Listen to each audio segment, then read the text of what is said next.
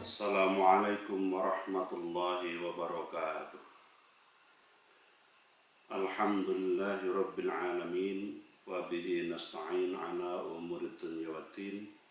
Ashhadu an la ilaha illallah wahdahu la syarikalah, wa ashhadu anna Muhammadan abduhu wa rasuluh la nabiyya ba'dah. Allahumma salli wa sallim wa barik ala sayyidina wa maulana Muhammad wa ala alihi wa ashabihi wa tabi'in ajma'in. Mari kita bersyukur kepada Allah Subhanahu wa taala yang telah mengaruniakan kepada kita perjumpaan melalui majelis online ini. Semoga apa yang kita lakukan dicatat sebagai amal ibadah kita kepada Allah, sebagai tambahan keimanan ketakwaan kepada Allah, dan juga sebagai pelaksanaan amanah dari Rasulullah Muhammad SAW, sehingga dengan catatan-catatan yang demikian, maka semoga kita semua mendapatkan gelar Ahlul Jannah sebagai penghuni surga kelak di alam akhirat. Amin ya rabbal alamin.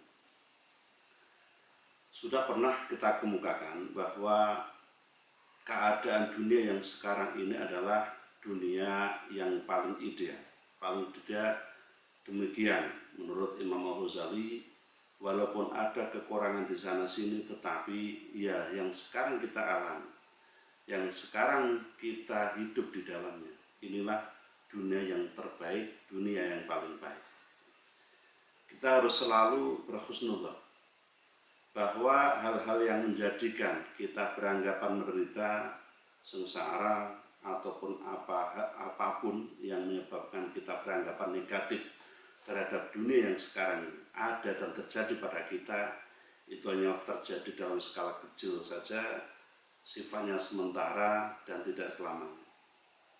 Dalam skala besar, insya Allah semua yang kita alami sekarang ini, seburuk apapun menurut anggapan kita, maka nanti akan ada hikmah terbaik di belakang hari yang kita baru tahu setelah semua itu terjadi, semua itu telah lewat, dan nanti pada waktu belakangan.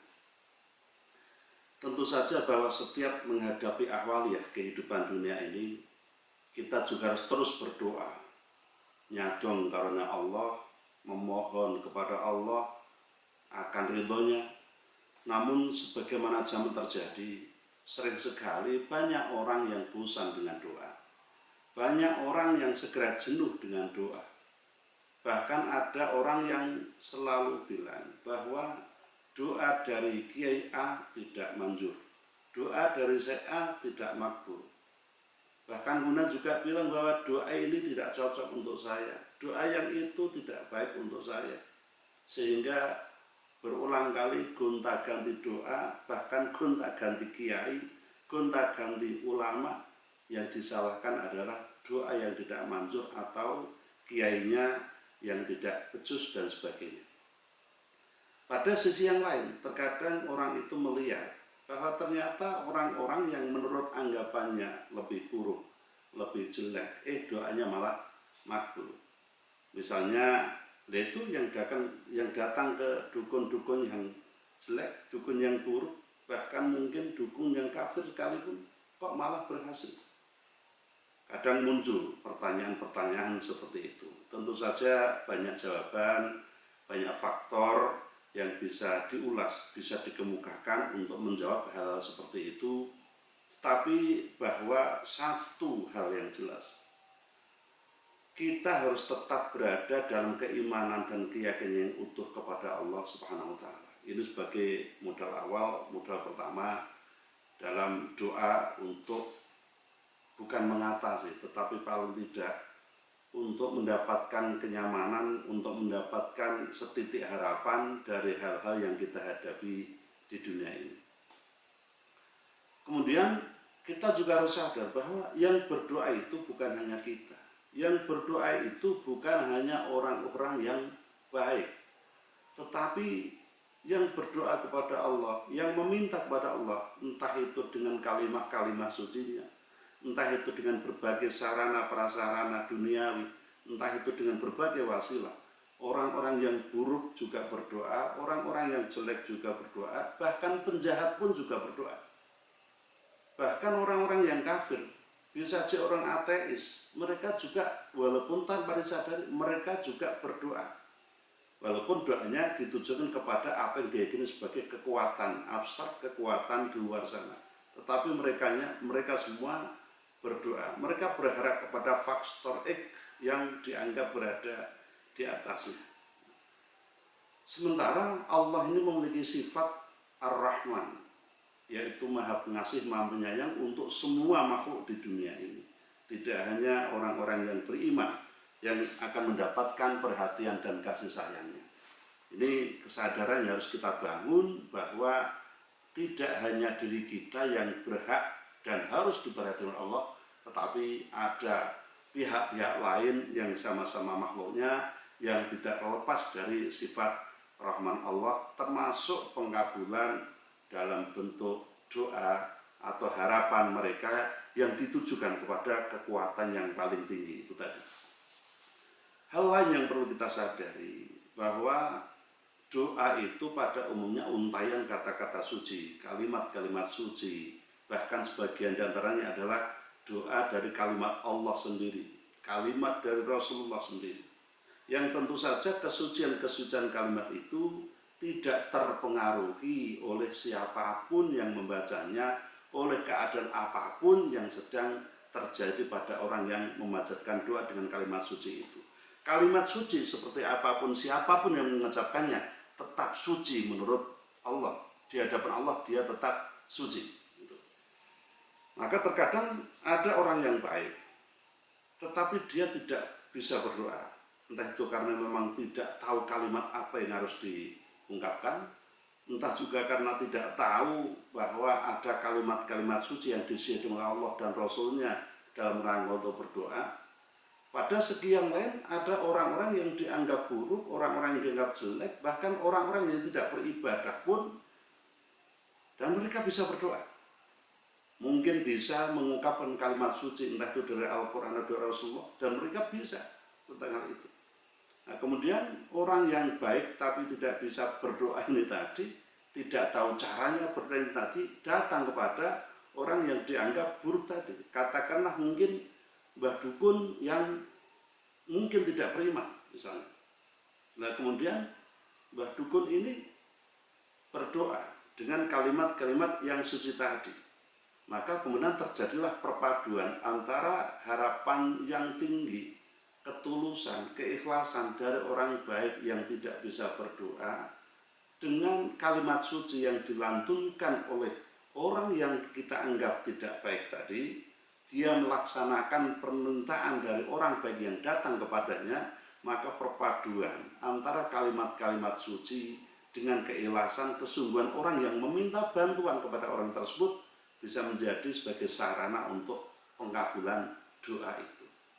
Bahkan bisa jadi orang yang jelek datang kepada orang yang kita anggap buruk tadi, katakanlah mungkin maling datang kepada dukun yang kita anggap buruk. Dan maling ini kan juga berdoa. Jangan dikira orang yang berbuat jahat tidak berdoa.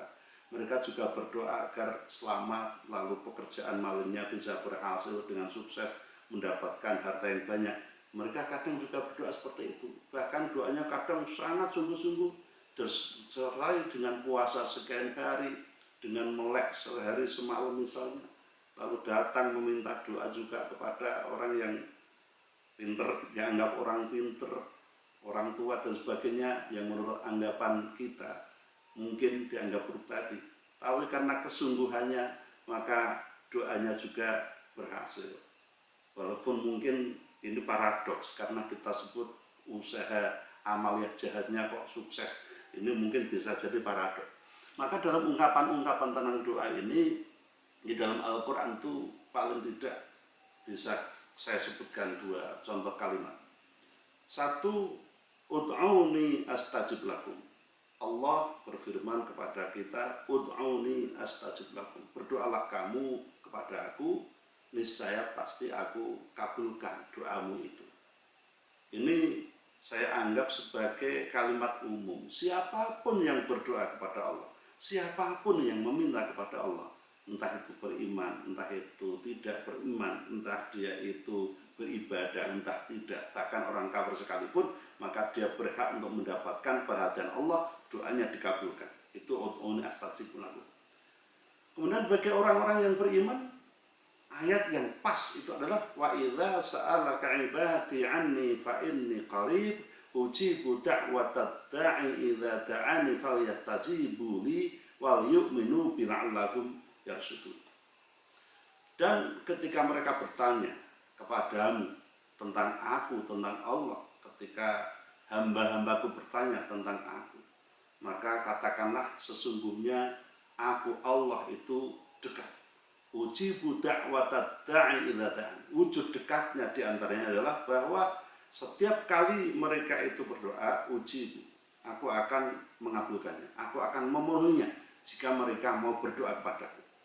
Syaratnya falyastajibu li, maka penuhilah apa yang menjadi permintaan-permintaanku, perintah-perintahku, jauhi larangan-laranganku.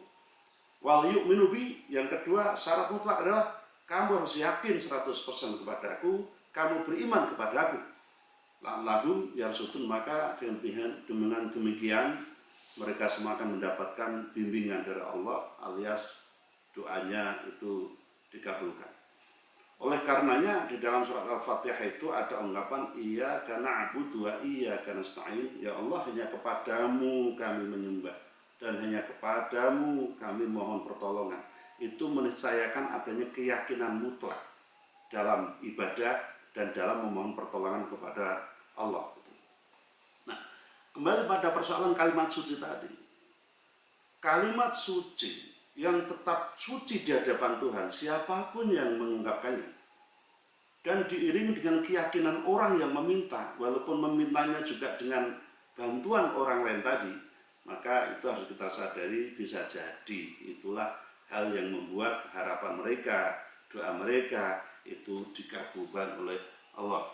Maka dalam kalimat iyyaka na'budu wa iyyaka nasta'in mensayakan sebaiknya ketika berdoa kita harus yakin 100% bahwa Allah pasti mengabulkan. 100% keyakinan kita Allah pasti mengabulkan. Nah, sebab apa? Pendahuluan dari surat Al-Baqarah bahwa salah satu ciri utama Al-Quran, dzalikal kitabul la raiba fi. Di dalam kitab Al-Quran ini tidak ada keraguan di dalamnya, sedikit pun tidak ada keraguan. Baik itu ungkapannya yang dari Allah, entah itu tentang cerita-ceritanya, kisah-kisahnya, ayat per ayatnya. Tentu saja doa-doa yang diajarkan Allah melalui Al-Quran, maka tidak ada keraguan di dalamnya, termasuk apa yang diungkapkan Allah bahwa beliau pasti mengabulkan doa, tidak ada keraguan di dalamnya. Sehingga kalau kita pahami, orang yang ragu-ragu, orang yang tidak yakin 100% dalam doanya, ini justru menjadi pembatal doa, ini justru menjadi pengcancel doa.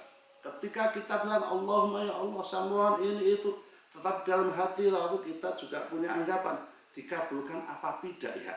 Saat yang sama doa lisan kita sudah dibatalkan oleh keraguan hati kita. Maka harus kita ingat, keraguan-raguan itu menjadi penutup doa, menjadi pengcancel doa, menjadi pembatal doa. Gitu.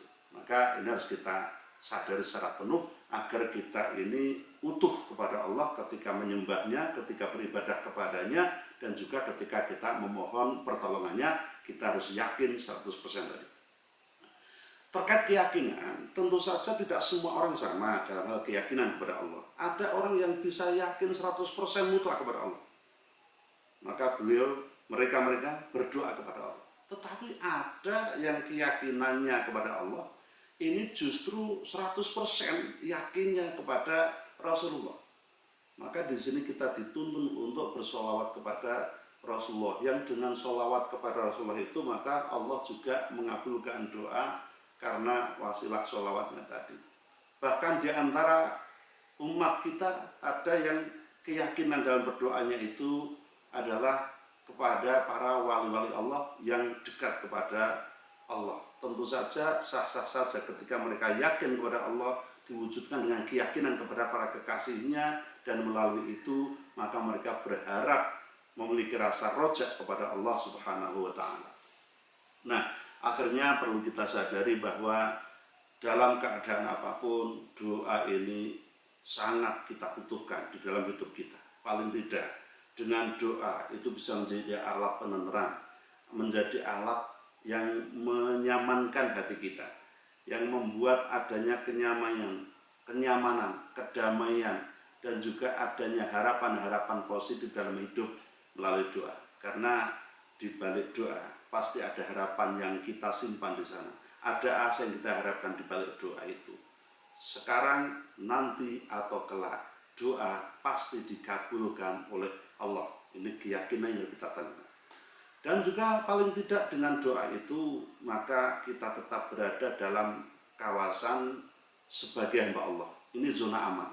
Orang yang berdoa kepada Allah, posisinya tetap berada pada pengakuan bahwa dia adalah hamba Allah. Dan juga paling tidak mendapatkan satu ayat, Iyyaka na'budu wa iyyaka nasta'in. Dia menyembah Allah, kemudian meminta pertolongan Allah dengan doa itu. Maka dia diakui sebagai hamba Allah yang insya Allah akan mendapatkan ridhonya. Maka fungsi doa itu sangat banyak, pengokoh keimanan, pengokoh keislaman, pengokoh ketakwaan, dan juga untuk mendapatkan zona aman sebagai hamba Allah. Zona aman karena masih ada harapan-harapan positif ke depan, dan tentu juga dengan itu, dengan zona aman di hadapan Allah itu tadi, maka insya Allah dia akan selamat di dunia dan akhiratnya. Demikian, walafu minkum, wassalamualaikum warahmatullahi wabarakatuh.